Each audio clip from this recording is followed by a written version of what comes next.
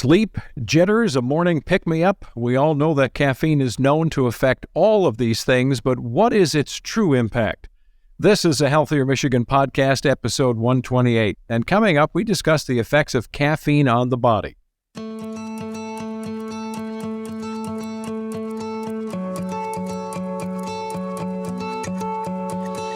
Welcome to a Healthier Michigan podcast. It's a podcast dedicated to navigating how we can all improve our health and well-being through small, healthy habits we can start implementing right now. I'm your host, Chuck Gaidica, and every other week we'll sit down with a certified expert and we discuss topics that cover nutrition and fitness and more. And on this episode, we're going deep into the coffee cup on the effects of caffeine on the body and ways we can be more conscious by our own consumption. With us today is the Medical Director for Blue Cross Blue Shield of Michigan, Dr. Gina Lynem-Walker. Doctor, it's good to see you again. It's good to see you, Chuck. It's always good to see you. Well, thanks so much. And this is a great topic because coffee is huge, and I know it's not just in coffee, but according to the FDA, caffeine is so widely available that about 80% of U.S. adults consume some form of it every single day. Does that math make sense to you? Yes, you are right. Millions of people consume coffee, tea, other cola beverages every day. Coffee is one of the most common beverages that we drink. So caffeine, which is the ingredient that causes us to have that wakeful feeling, is part of those beverages that we consume on a regular basis. Now, I know I've got family members, in-laws and outlaws that tend to drink like a Diet Coke in the morning or something. I mean, they're literally drinking soda pop. So I suspect that's their colder version of getting maybe their caffeine, right? In a different way. Yeah, that's right. Some of the stores sell cold beverages, the ice drinks, and those often have caffeine in them. The cola beverages have up to 50 milligrams of caffeine. So that they can give that same effect as drinking a cup of coffee or a cup of tea in the morning. So we know these effects that a lot of people, they say, they actually will verbalize, I need to wake up with my coffee, right? So it's giving you a jolt. It may do something else at night, right? We may have different effects at night, but talk about this idea that while it gives us a quick boost, what else caffeine may do to our bodies? Sure. Caffeine does give us that jolt. It decreases fatigue in some cases. But we have to be careful, especially certain people who are on heart medications, certain antibiotics or antidepressants, and even mixing caffeine with alcohol can have detrimental effects. So you want to be careful. You want to talk to your healthcare provider, especially if you're, pregnant women are advised not to drink more than 200 milligrams of caffeine per day. So if you have certain conditions or on certain medications, you just want to be careful. So you're talking about milligrams. So does 50 milligrams that you reference for a soda or something, is that about the same in one cup of coffee? No, actually a cup of coffee has up to 200 milligrams. Oh, no kidding, in just one cup. And in some cases, more often between 80 to 100 milligrams in an 8-ounce cup. But some drinks, such as energy drinks, which are often advertised, and they add caffeine to those drinks, may have up to 250 milligrams of caffeine. So you want to be careful. I noticed there's a workout supplement that a lot of people use, and my son left it at our house. So I thought, I'll mix it in water, And I'm looking at the ingredients, and while it's supposed to help build muscle, you probably notice, you're thinking, oh man, does he look great now? Oh yeah. No, I'm kidding. I can see it. But so while I'm picking things up and putting them down, I'm thinking, I'll use this stuff. So I read the side of it and it says caffeine is in, and I'm thinking, why? So I think people are using this pre-workout and even post-workout. And to be honest, I never knew a product like that would have caffeine in it. Yes, you would be surprised at the number of products that have caffeine in them. And, some of the dietary supplements may come in powder form, liquid form. People use it to give them that boost that they need, but when you're adding like a teaspoon or however much you add in your beverage, it may have detrimental effects. As a matter of fact, according to the Food and Drug Administration, there were a couple of deaths from lethal amounts of caffeine that, people unfortunately put in their beverages. And I think a tablespoon of those powders can be equivalent to 28 cups of coffee. My gosh. So read the label. If you're on heart medications and you're taking a dietary supplement, look at what the ingredients are. If they contain caffeine, talk to your doctor to see if it's okay for you to mix your medications with these supplements. So if we were to fly into your body structure, what is it that caffeine is actually doing? Because we hear people say it gives me a pick-me-up. Some people will say I'm a little jittery, right? You maybe heart palpitations and whatnot. But what is it that it's actually doing to us? Well, there's a chemical in our body called adenosine, which acts on our brain. And what the caffeine does is to block the adenosine. And by blocking it, it causes that wakeful feeling that, we feel more energetic, more awake. Because the adenosine, what it does, it builds up throughout the day. And at night, it signals our body that it's time to go to sleep.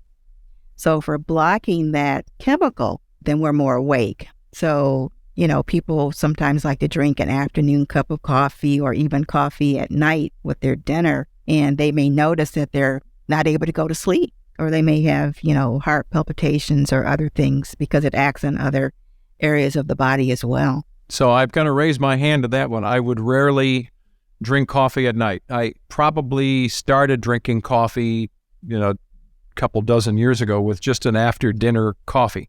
And then it kind of spread to the mornings. But I have to admit to you, working nights most of my life, late nights, not getting home until midnight, 12:30 at night after late news, every once in a while, 9 o'clock inbound to Detroit, I would pick up, one of the coffees in the drive-thru. And undoubtedly, and I knew this intellectually, I'm up till 2 in the morning. I mean, it Right. just did it. And so for me, it wasn't an awful thing because I would get to bed by 1 anyway. So it wasn't a lengthy problem, but I recognized it in my body right away, and I have to stay away from it. I am one of those guys that I'm fine in the morning, or I don't even notice a jolt, but at night, it'll keep me up. Yeah, and everybody's body is different. They say there's a genetic component in how your body reacts to the caffeine. Some people are able to drink several cups of coffee, have no problem sleeping. But for the average person, it's a stimulant. So it will decrease your ability to sleep at night. So if you're getting this daily kind of jolt, whether you actually physically feel it or not, you can still have things happening internally, right, that you're not quite aware of, but you're getting a daily something is happening. What can be the long-term effects of that? I mean, if my heart were having palpitations every day, I suspect over a number of years, that's probably not a good idea. Well, yeah, over a number of years. But for the healthy individual, just the average healthy person, up to 4 cups of coffee is okay. So that would be about 400 milligrams per day. And coffee lingers in our body. Certain chemicals have what we call a half-life. So that means that it lingers in the body for a set amount of time. So caffeine may linger up to 6 hours per day, but then the levels start to decline. So over time, there does not appear to be any long-term effects on the heart, but short-term, increasing your blood pressure in some individuals, increasing your heart rate can be an issue, especially if you have a history of hypertension or high blood pressure or arrhythmia, something like atrial fibrillation.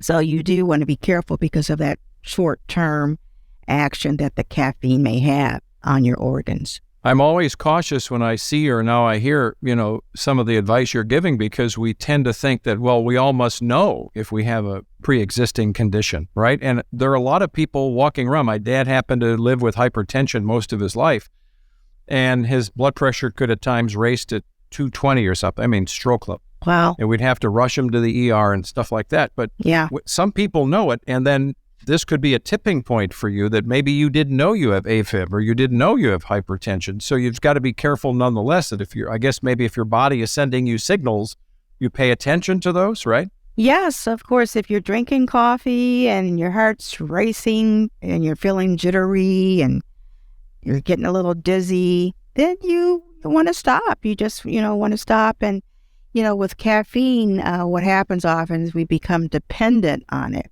So gradually kind of weaning yourself off of it is important if that's the way you want to go, because withdrawal can cause certain symptoms like headache and nausea, jitteriness, just not feeling yourself. But, again, like you said, if you have a predisposition to something like high blood pressure or irregular heart rhythms, you notice you're drinking coffee and those things tend to increase, then you definitely want to go to your doctor and get checked out. Are there things that are baked into the cake with any cup of coffee that are actually, there's an upside? Are we finding any protections that you're aware of that are helping us with outside of the downside of caffeine? Well, there are, of course, always studies being done. And, some people think that caffeine may decrease appetite in some people, so it may contribute toward weight loss in some. They're also doing studies on people with dementia to see if the caffeine can help with that as well. But these are studies that are ongoing, so the evidence is not really clear if these things are helpful. But it can help in the short term. It can help with decreasing fatigue. It can boost mood in some cases.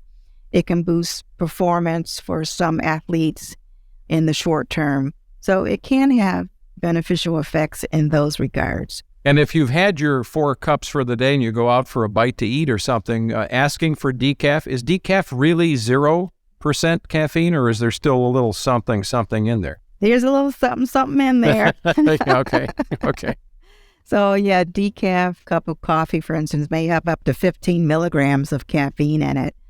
So, a lot less than the 100 milligrams of a cup of coffee. But if you're sensitive to caffeine, you still want to know that decaf has some caffeine in it. Yeah. Alternatives to coffee.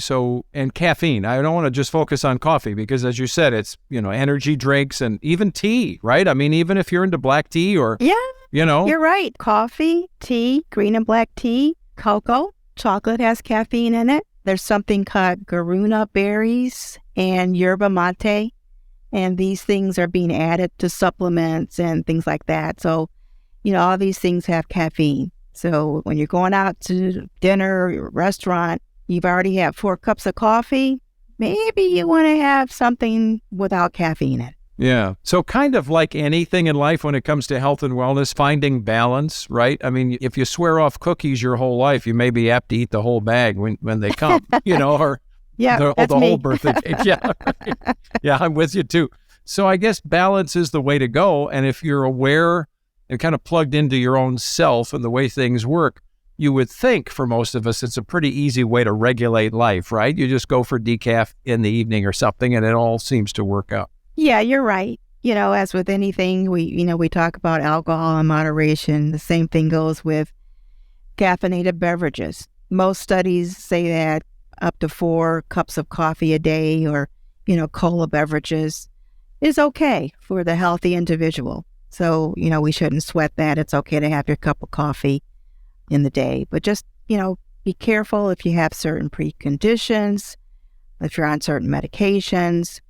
If you're pregnant, of course, you want to talk to your gynecologist, OBGYN, about drinking coffee. So certain situations, you just want to be careful. And it seems, I don't know if this is true across the board, and I'm not sure if you know, but the lighter alternatives to colas, right? The citrusy drinks don't tend to have either caffeine at all added or as much caffeine. I don't know if I'm off base on that, but it seems like the lighter looking the drink, maybe the clearer drink, I guess, doesn't seem to have it. Yeah, the cola drinks have cola nuts in them, the cola nut, and that has caffeine.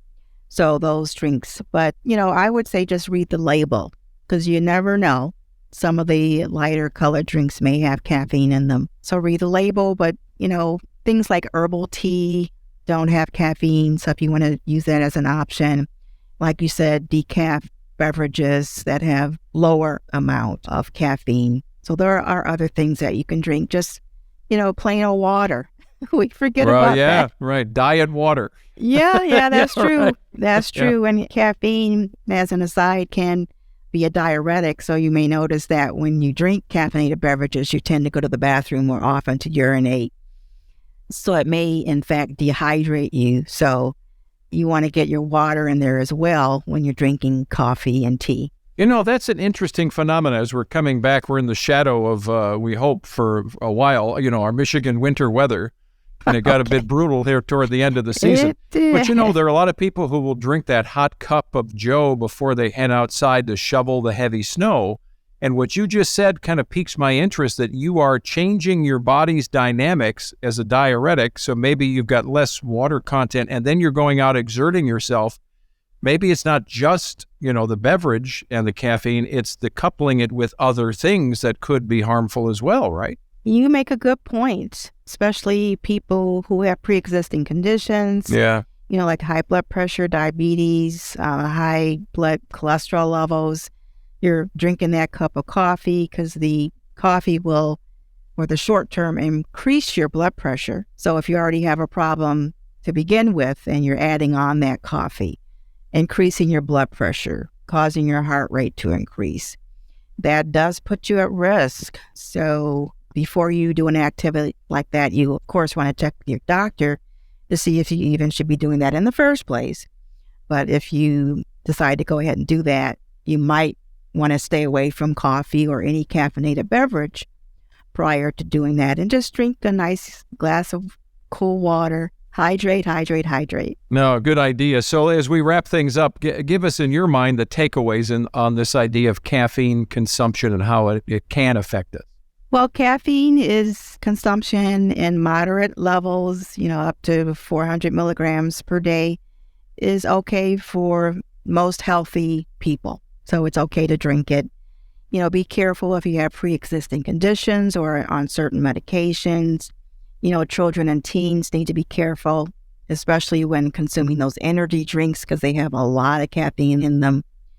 Be careful when you're consuming dietary supplements, such as powders or liquids that have a lot of caffeine, because they can be equivalent to multiple cups of coffee and they can have toxic effects. Well, it's so good to see you again, Dr. Gina Lynem-Walker. Always some good stuff, and this is helpful. I'm rethinking a couple things about what I'm going to do for my daily events of caffeine ingestion, just kind of recalibrate a little bit. It makes you think. Well, take good care. You too now. So nice to see you. Thanks. We're glad you're with us. Thanks for listening to a Healthier Michigan podcast. This is brought to you by Blue Cross Blue Shield of Michigan. If you like the show and you want to know more, you can check us out online by going to ahealthiermichigan.org/podcast, or you can leave us a review or rating on Apple Podcast or Spotify. Also, you can hit that follow button right on Facebook or Instagram or Twitter.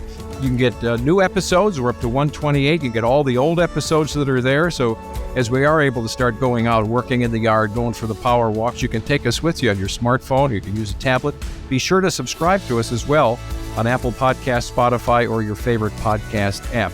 I'm Chuck Gaidica. Stay well.